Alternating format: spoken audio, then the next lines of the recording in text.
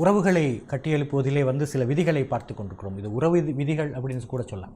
உறவுகளை கட்டியெழுப்புவதிலே ஒரு அடிப்படையான விதிகளை பார்த்து கொண்டிருக்கிறோம். ஸோ நாங்கள் ஒருபோதும் எங்களுடைய துணைவர்களை தரக்குறைவாக நடத்தக்கூடாது, தரக்குறைவாக பேசக்கூடாது என்கின்ற விஷயத்தை நாங்கள் எங்களுடைய கடைசி நிகழ்ச்சியிலே நாங்கள் பார்த்துருந்தோம். அதே போல் நாங்கள் சில சந்தர்ப்பங்களில் சில விஷயங்களை செய்யக்கூடாது. உதாரணமாக எங்களுடைய துணைவரை முட்டாளாக்குதல் என்ற ஒரு விஷயமா இருக்கலாம். அதாவது அவர்கள் சொல்கிற ஒரு விஷயத்தை அவர்கள் கஷ்டப்பட்டு செய்த ஒரு விஷயத்தை ஏற்றுக்கொள்ளாமல் இருப்பதாக இருக்கலாம், அல்லது அவர்களை முட்டாள்கள் என்று பெயர் குத்துவதாக இருக்கலாம்.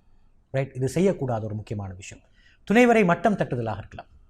ரைட், மட்டம் தட்டுதல். அவர்கள் என்னதான் செய்தாலும், எந்த ஒரு இலக்கை அடைந்தாலும், எந்த ஒரு வியாபார வெற்றி அடைந்தாலும், என்னதான் செய்தாலும் அவர்களை நாங்கள் ஏற்றுக்கொள்ளாமல், அவர்களுடைய அங்கீகாரத்தை கொடுக்காமல், அவர்களை மோட்டிவேட் பண்ணாமல், அவர்களை மட்டம் தட்டுவது. என்னதான் இருந்தாலும் நீங்கள் செஞ்சது போதாது, இல்லாட்டி எப்படி என்னவாறு சொல்லலாம். மட்டம் தட்டுவது என்பது மிக முக்கியமான ஒரு மோசமான ஒரு வழிமுறையாக நாங்கள் பார்க்கலாம். அதே போல் தன்னுடைய துணைவரோடு கொடுமையாக நடந்து கொள்ளுதல், கொடூரமாக நடந்து கொள்ளுதல், ரொம்ப அக்ரெசிவாக நடந்து கொள்வது இருப்பார்கள். சிலர் சொல்வார்கள், என்னுடைய கணவர் எல்லோரோடும் சாதுவாக நடந்து கொள்வார், ஆனால் என்னை பார்த்தால் மட்டும் கர்ச்சிக்க ஆரம்பித்து விடுவார் என்று சொல்கிறவர்கள் இருக்கிறார்கள். அவை நாங்கள் உண்மையிலே சாதுவாக நடந்து கொள்ள வேண்டிய மிக முக்கியமானவர் எங்களுடைய துணைவர், மிக முக்கியமானவர் என்னுடைய தாயும் தந்தையும், மிக முக்கியமானவர்கள் எங்களுடைய இரத்த சொந்தங்கள். ஆனால் சில போது நாங்கள் என்ன செய்கிறோம் என்றால், அதாவது எங்களுக்கு இரத்த சொந்தமும் கிடையாது, அவர்களால் எந்த ஒரு நன்மையும் கிடையாது, அவர்கள் எங்களுக்காக பிரார்த்திப்பவர்களும் கிடையாது, எங்களோட கூட பிறந்தவர்களும் கிடையாது, எங்களுடைய தாயோ தந்தையோ துணைவரும் கிடையாது. அவர்களோடு நாங்கள் நல்ல முறையில் நடந்து கொள்கிறோம், அவர்களை நாங்கள் பாராட்டுகிறோம், அவர்களோடு நேரம் செலவழிக்கிறோம், அவர்களுக்காக நாங்கள் காது கொடுத்து கேட்கிறோம். ஆனால் யார் எங்களோடு கூட பிறந்தார்களோ, உடன் பிறந்தார்களோ, யார் எங்களுடைய தாய் தந்தையர்களாக இருக்கிறார்களோ, யார் எங்களுக்கு ரொம்ப பிரார்த்தனை செய்கிறவர்களாக இருக்கிறார்களோ, அவர்களுக்கு முக்கியத்துவம் கொடுக்காமல் இருக்கிற நிறைய மனிதர்களை நாங்கள் பார்த்திருக்கிறோம். அவை நாங்கள் ஒரு நாளும் யாராக இருக்கலாம், குறிப்பாக எங்களுடைய துணைவரை பொறுத்தவரை அவர்கள் ஒரு நாளும் கொடூரமாக நடந்து கொள்ளக்கூடாது, வன்மமாக நடந்து கொள்ளக்கூடாது, அவர்களை கேலி செய்யக்கூடாது. அதாவது நகைச்சுவைக்காக ஏதாவது ஒரு விஷயத்தை சொல்வது வேறு விஷயம்.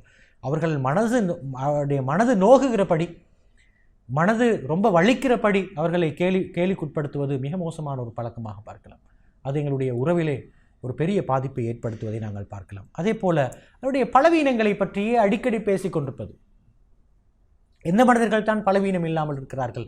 பேசிக்கொண்டிருக்கிற நானாக இருக்கலாம், கேட்டுக்கொண்டிருக்கிற நீங்களாக இருக்கலாம். உலகத்திலே யாரைத்தான் நாங்கள் பலமுள்ள மனிதர்களாக பார்க்கலாம். எல்லாரிடமே சில பலவீனங்கள் இருக்கிறது.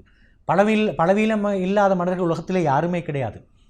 பலவீனம் எல்லாரிடம் இருக்கிறது. அவருடைய பலவீனங்களை எப்படி சரி செய்ய வேண்டும் என்று வழிகாட்ட வேண்டுமே தவிர, அவர்களுக்கு எப்படி அதிலிருந்து வெளிவரதுக்கு உதவி செய்யலாம் என்று யோசிப்பதை விடுத்து நாங்கள் அவருடைய பலவீனத்தை பற்றியே தொடர்ந்தேர்ச்சியாக பேசிக்கொண்டிருப்பதன் காரணமாக ஒரு நாளும் அவர்கள் அதிலிருந்து மாற்றிக்கொள்வதற்கான எந்த சாத்தியக்கூறுகளும் இருக்காது. இதில் இன்னொரு விஷயம் இருக்கிறது. ஒருவருடைய பலவீனத்தை பற்றி அவரிடம் சொல்லாமல் ஊர் முழுக்க சொல்லி வைப்பது.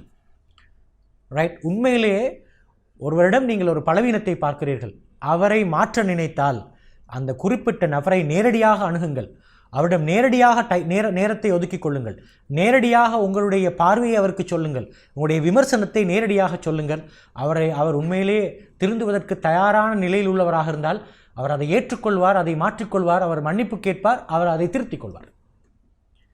நீங்கள் ஒருபோதும் அவருடைய குறையை ஊர் முழுக்க சொல்லித் தெரிவதன் காரணமாக அவரை நீங்கள் மாற்ற முடியவில்லை, அவரை நீங்கள் மானபங்கப்படுத்த நினைக்கிறீர்கள், அவருடைய குறைகளை பூதாகரப்படுத்த நினைக்கிறீர்கள், அவரை சந்தி சிரிக்க வைக்க நினைக்கிறீர்களே தவிர ஒரு நாளும் அவரை நீங்கள் திருத்துவதற்கு முயற்சிக்க கிடையாது. நீங்கள் உண்மையிலே அவரை திருத்த வேண்டும் என்று முயற்சித்தால், உண்மையிலே நீங்கள் திருத்த வேண்டும் என்று நினைத்தீர்கள் என்றால், அந்த குறிப்பிட்ட மனிதனிடம் ஒரு தவறை கண்டீர்கள் என்றால் நேரடியாக அவர்களிடம் சொல்லுங்கள். ஒரு அறிஞர் சொல்லுவார், என்னிடம் குறை இருந்தால் நீங்கள் என்னிடமே சொல்லுங்கள் என்றால் நான் தான் அதை திருத்திக் கொள்ள வேண்டுமே தவிர நீங்கள் ஊரார்களிடம் போய் சொல்வதன் காரணமாக ஒரு நாளும் நான் திருத்தப் போவது கிடையாது. மற்றவருடைய குறைகளை நாங்கள் அணுகுகின்ற பொழுது, குறைகளை திருத்த முயல்கின்ற போது, அதற்கு உதவி செய்கின்ற பொழுது நாங்கள் எங்களுடைய வழிமுறைகளை நாங்கள் மாற்றிக்கொள்ள வேண்டும். விமர்சனங்கள் சில போது நீங்கள் பார்க்கலாம். அதாவது நவீன காலத்தில் இருக்கிற தொலைத்தொடர்பு சாதனங்கள், குறிப்பாக நாங்கள் சொல்லலாம் சமூக வலைத்தளங்கள்.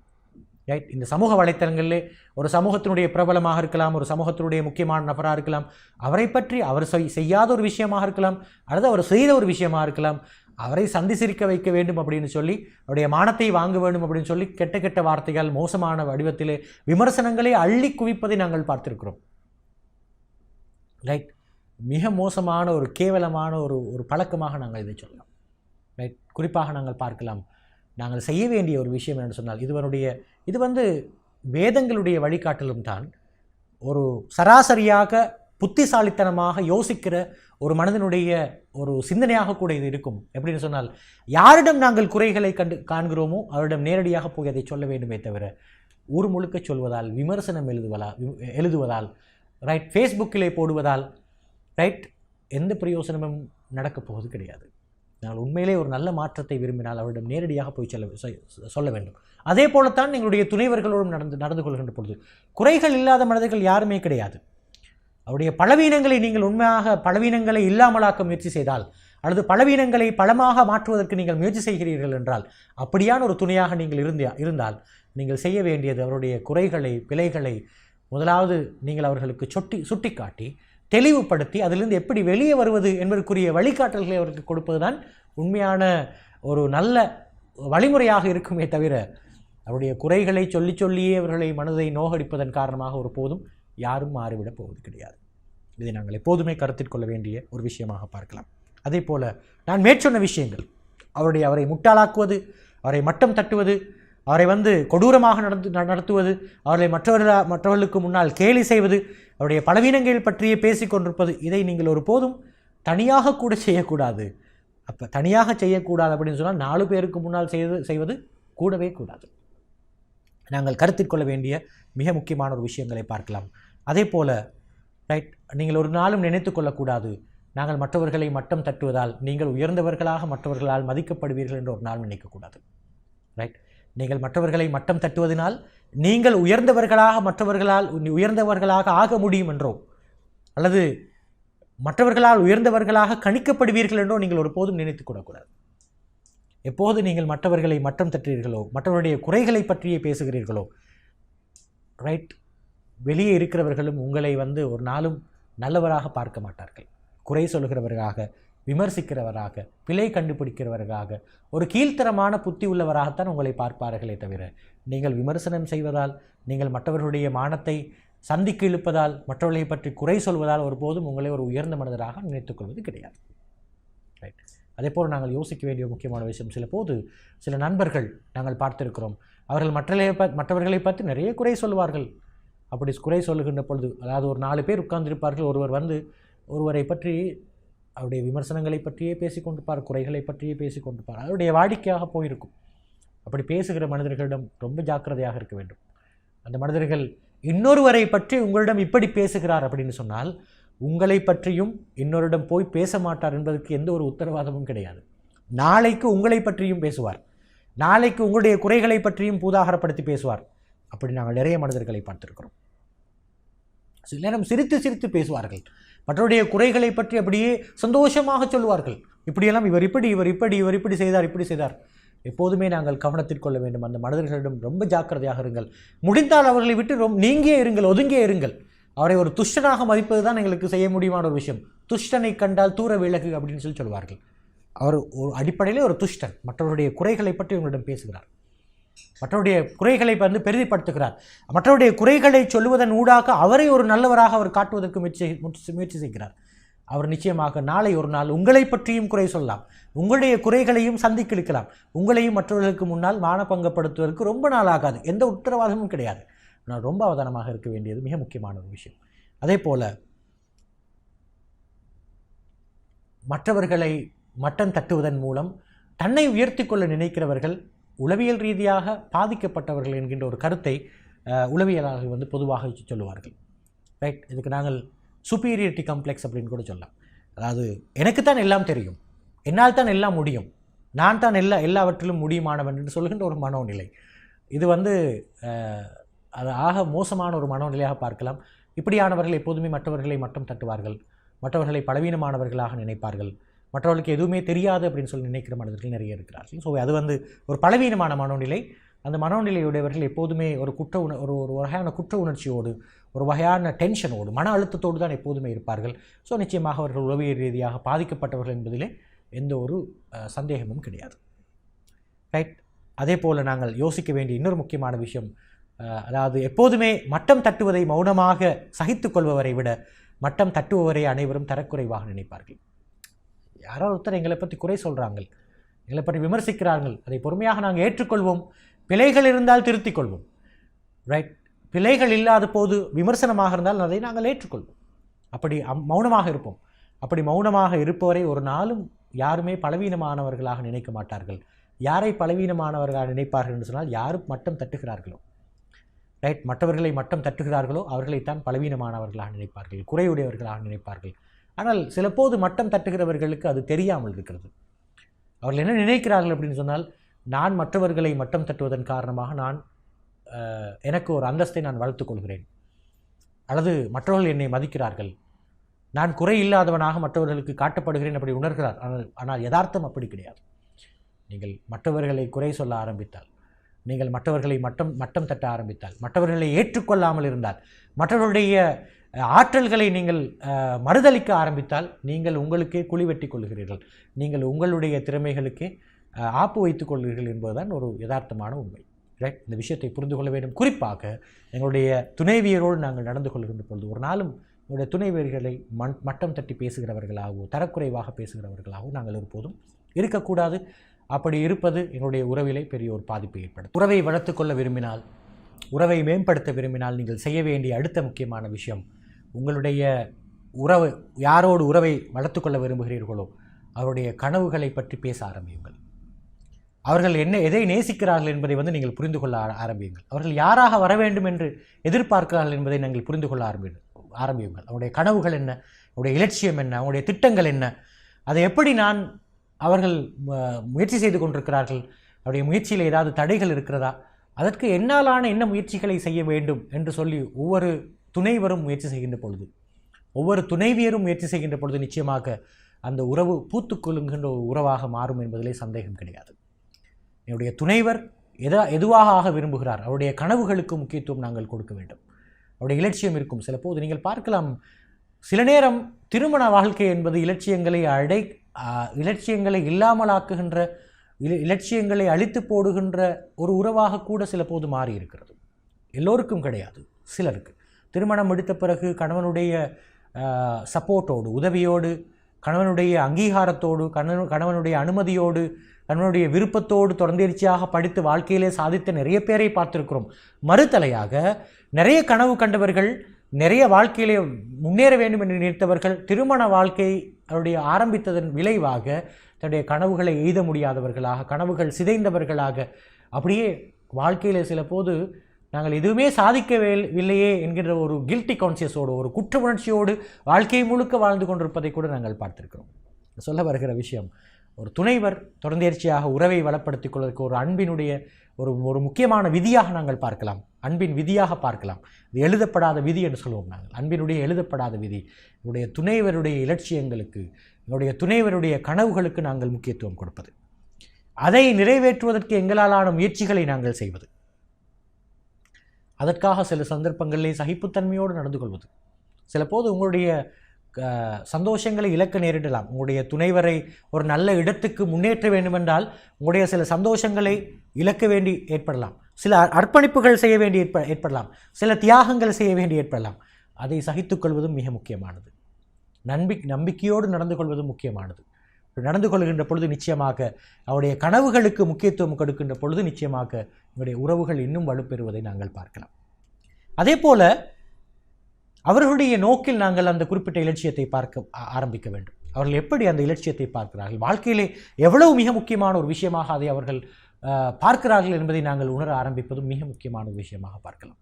அதே போல் நாங்கள் பார்க்க வேண்டிய விஷயம், அதை எப்படி சாத்தியப்படுத்தலாம், அதற்குரிய வழிவகைகள் என்ன என்பது குறித்து அவர்களோடு நாங்கள் நிறைய கலந்துரையாடல்கள் செய்ய முடியுமாக இருக்கும். எங்களுடைய உறவை வளப்படுத்துவதற்குரிய ஒரு அடிப்படையாக கூட நாங்கள் இதை பார்க்கலாம்.